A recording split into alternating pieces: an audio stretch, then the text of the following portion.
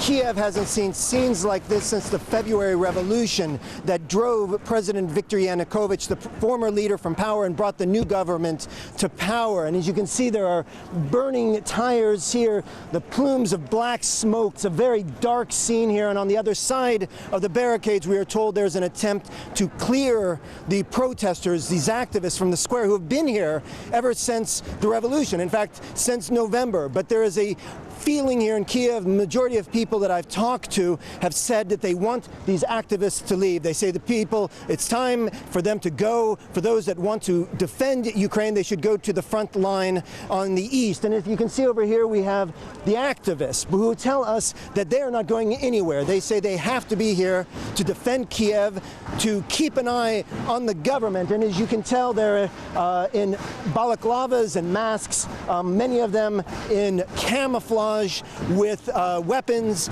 We don't see any automatic weapons, but there seem to be a lot of sticks and poles. And they say that no matter what happens, they are not going anywhere. So the question is how the situation will develop.